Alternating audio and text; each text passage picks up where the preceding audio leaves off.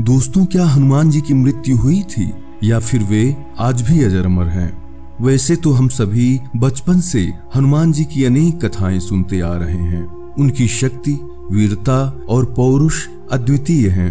अनेकानेक कथाओं के अनुसार हनुमान जी अजर अमर हैं। मृत्यु उनका कुछ नहीं बिगाड़ सकती।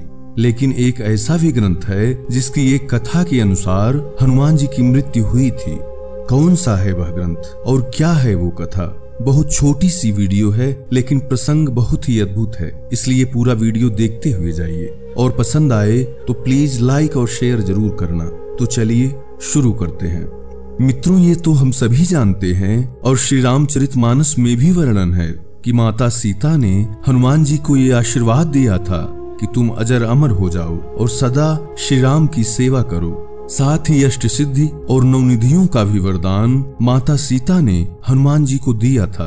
और अंत में जब भगवान श्री राम अपने सभी भाइयों और प्रजा सहित अपने धाम को जाने लगे, तब उन्होंने हनुमान जी को पृथ्वी पर रहकर अपनी कथा का प्रचार प्रसार करने को कहा और इस प्रकार हनुमान जी पृथ्वी पर ही रुक गए।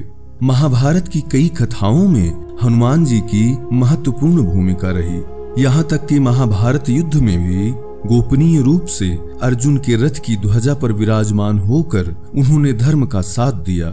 लेकिन साथियों, आपको ये जानकर आश्चर्य होगा कि उड़िया भाषा की एक रामायण जिसका नाम विलंका रामायण है, उसकी एक कथा के अनुसार हनुमान जी की मृत्यु हुई थी। दोस्तों, मैं एक बार फिर बता दूं कि यह बात मैं मनगढ़ंत नहीं बोल रहा, बल्कि विलंका रामायण में इसका वर्णन है। विलंका रामायण 15वीं शताब्दी में सरला दास जी द्वारा विरचित एक महाकाव्य है। इसमें वर्णन आता है कि एक बार विलंका के राजा राक्षस राज सहस्शिरा से युद्ध करने भगवान श्री राम विलंका गए थे। वहां भगवान श्री राम को राक्षसों ने बंदी बना लिया।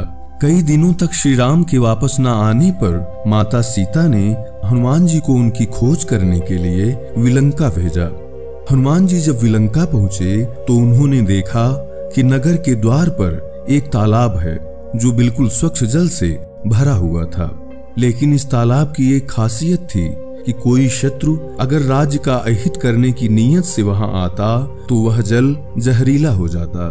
साथ ही मुख्य द्वार पर एक राक्षसी का भी पहरा था जो शत्रुओं को पहचान कर उनका वध कर देती थी। हनुमान जी के वहां पहुंचने पर उसको ये समझ में आ गया कि यह कोई शत्रु ही है।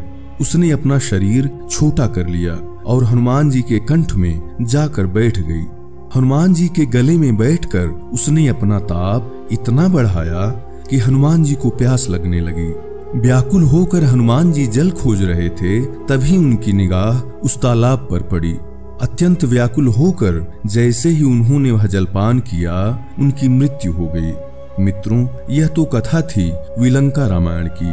तुलसीदास जी ने भी लिखा है कि रामायण शतकोटि हैं और उनमें वर्णित कथाएं भी एक से बढ़कर एक विचित्र हैं। इसलिए इस प्रसंग को भी प्रणाम है। लेकिन हमें ये लगता है कि हनुमान जी कालों के भी काल भगवान शंकर के अवतार हैं, इसलिए मृत्यु उनको स्पर्श भी नहीं कर सकती।